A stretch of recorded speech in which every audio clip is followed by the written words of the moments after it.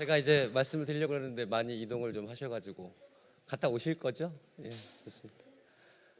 시간이 제가 한 10분에서 15분 정도를 써야 될 것 같습니다. 저는 기업에서 교육을 담당하고 있다 보니까 이 시간이 굉장히 민감합니다. 제가 몇 분을 써야 되지 계속 궁금해가지고 여쭤봤더니 한 10분에서 한 많게는 한 12, 3분 정도 좀 설명을 하겠고요. 저는 이 회사 얘기를 할 겁니다. 제가 직접 근무하고 있는 회사고요. 저희 회사가 모든 기업을 대표할 수는 없겠습니다만 저희는 프랜차이즈를 회사고요. 글로벌 프랜차이즈를 지향하고 있고 여기에서 나온 용어 중에 이제 고객을 크게 두 가지로 좀 나누어서 설명을 했습니다. 외부 고객, 흔히 이제 소비자 관점으로 좀 본 부분이 있고요. 그다음에 내부 고객, 우리 임직원, 이제 저희는 구성원이라고 표현을 하는데 그 관점으로 설명을 좀 드릴 거고, 그래서 간략하게 회사 소개하고 또 ESG 관점이 나오길래 저희도 또 ESG 경영 활동을 여러 가지를 하고 있습니다. 그래서 간략하게 사례 중심으로 발표하고요. 졸립지 않게 말씀 올리겠습니다. 말씀드렸듯이 한 4,000개의 매장을 운영하고 있습니다. 저희가 추구하는 목표는 5만 개를 만드는 게 목표입니다. 다만 5만 개를 국내에서는 만들 수 없기 때문에 전 세계를 9개의 헤드쿼터로 나눠서 전 세계에다가 5만 개를 만들어내는 게 저희 회사의 비전이자 목표라고 보시면 되고요. 2003년부터 글로벌 사업을 시작을 했습니다. 중국을 기점으로 시작을 했는데 굉장히 어려웠습니다. 물론 지금도 어렵고요. 다행히 약 한 20년 정도를 많은 비용과 노력을 투자해서 이제는 어느 정도 좀 안정화가 되고 있고, 이제는 앞으로 더 해외에 나가면 이 BBQ 로고를 좀 많이 보실 수 있게 될 겁니다. 왜 자꾸 글로벌 하냐, 이게 이제 뒤에 하고 연결이 되는데요. 결국 5만 개를 만들어내기 위해서 전 세계로 나가야 되다 보니까 거기에 필요한 글로벌 인재들이 상당히 필요합니다. 그래서 글로벌 인재들도 많이 뽑아야 되고, 또 글로벌 인재로 육성해야 되고, 육성한 인재를 또 해외로 보내야 되고 하다 보니까 글로벌 얘기를 좀 많이 하니까 이해해 주셨으면 좋겠습니다. 제 소통 방식에 대해서 좀 말씀을 올리겠습니다. 우리의 주 고객인 고객도 이제 이미 MZ 세대로 가고 있고요. 우리 내부에서 근무하는 우리 임직원들도 MZ 세대들이 훨씬 더 많아지고 있습니다. 아직 저희는 수평적인 구조이기보다는 조직 체계가 삼각형을 그린 수직적인 조직 체계이긴 합니다만, 이제는 회사가 지속 성장하기 위해선 결국엔 외부 고객과 내부 고객에게 어떻게 소통을 해야 되는가, 이런 변화 시점이 많이 왔고, 이런 변화가 과거에는 선택 정도의 수준이었다면 지금은 선택 정도의 수준이 아니라 어떤 생존과 관계된, 잘못하면 회사가 망할 수도 있는 그 정도의 심각하게 지금 바라보고 있는 그런 기업의 현황입니다. 그래서 그런 부분들을 좀 말씀을 드리겠습니다. 인재 말씀드렸습니다. 세계적인 글로벌 기업을 추구하다 보니까 우수한 인재를 영입해야 됩니다. 그런데 많은 연구 자료와 이런 것들에서 뭐 워라밸 얘기도 하시고 여러 가지를 봅니다만, 채용 단계에서 실제로 기업의 경험을 보면 급여, 연봉을 가장 우선으로 보는 게 사실입니다. 그거는 어쩔 수 없는 것 같습니다.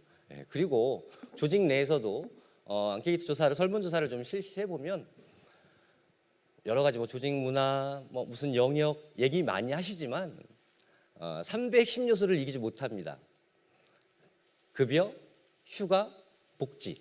요 세 개를 아직까지는 저도 한 20여 년 BBQ에서 몸담고 있습니다만, 급여, 휴가, 복지, 얘보다 더 우선시되는 것들은 아무리 MZ세대라고 하지만 저는 보지 못했던 것 같습니다. 뭐 앞으로는 어떻게 또 변할지 모르겠습니다만, 그래서 우수 인재를 좀 확보하기 위해서 파격적으로 급여를 좀 조정을 했습니다. 그러다 보니까 경쟁률이 굉장히 높았고요.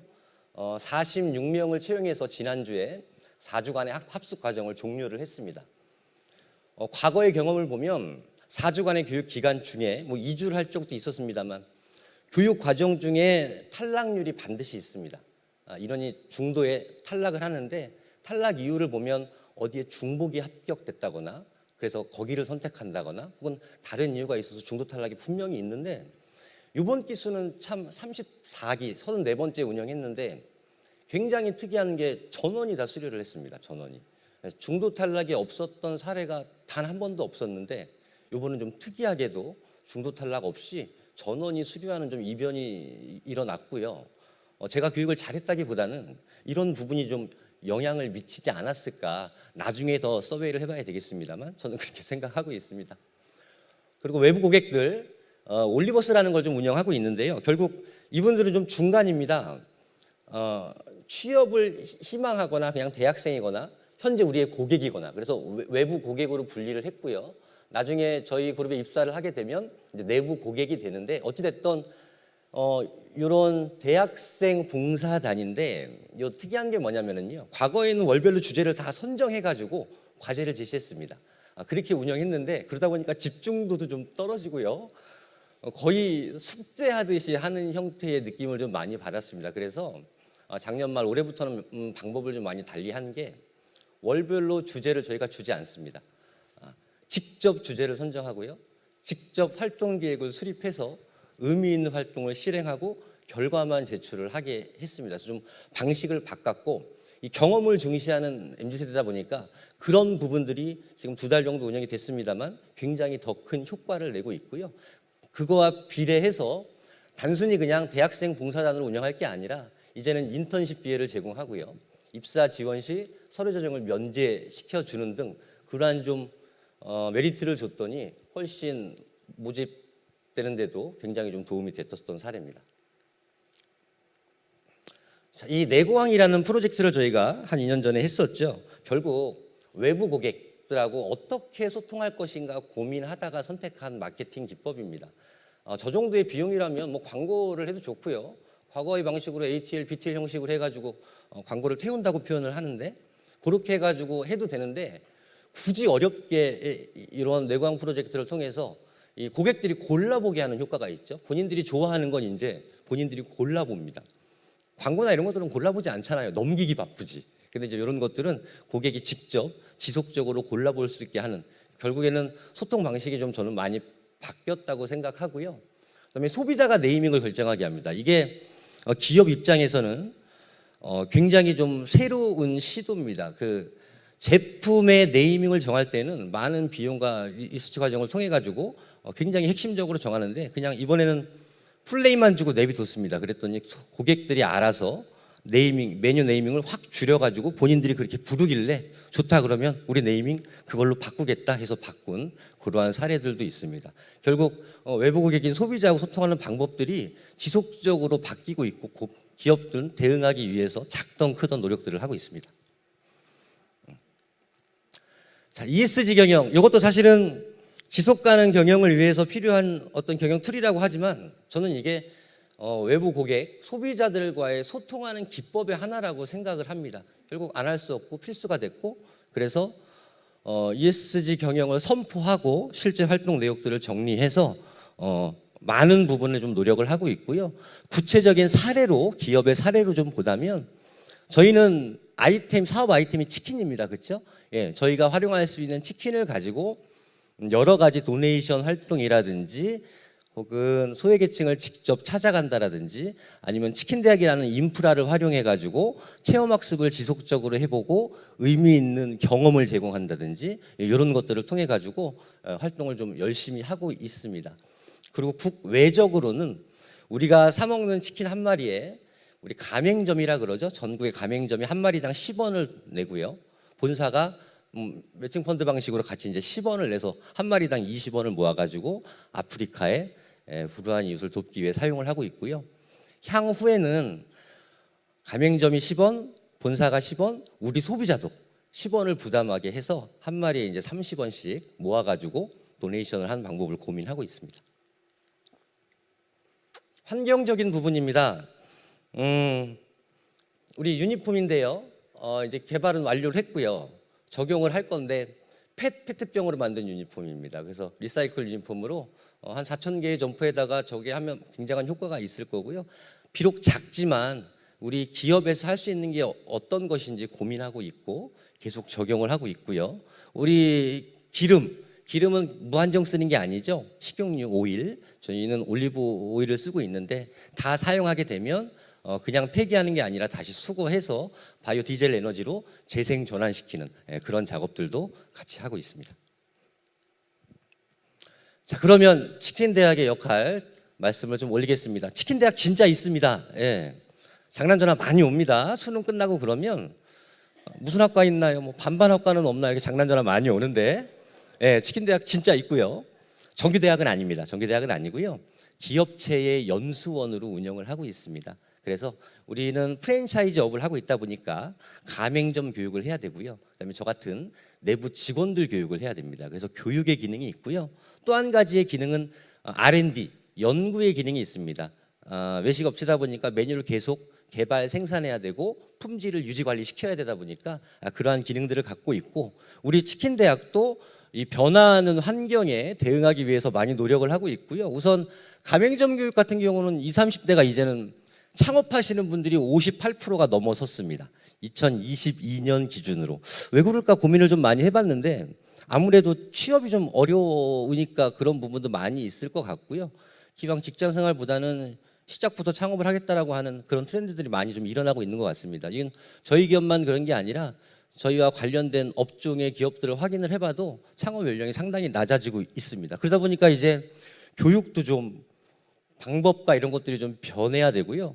또 젊은 층들은 일반적인 지식 전달 교육 별로 안 좋아합니다. 지금처럼 이렇게 일방적으로 지식을 드리는 교육은 별로 안 좋아하시고 대부분 졸고 이러시거든요. 그래서 결국은 같이 할 수 있는 교육, 양방향 방식의 교육을 좀 많이 바꾸고 있고, 그다음에 체험을 자꾸 시키고 이런 것들을 주로 하고 있습니다.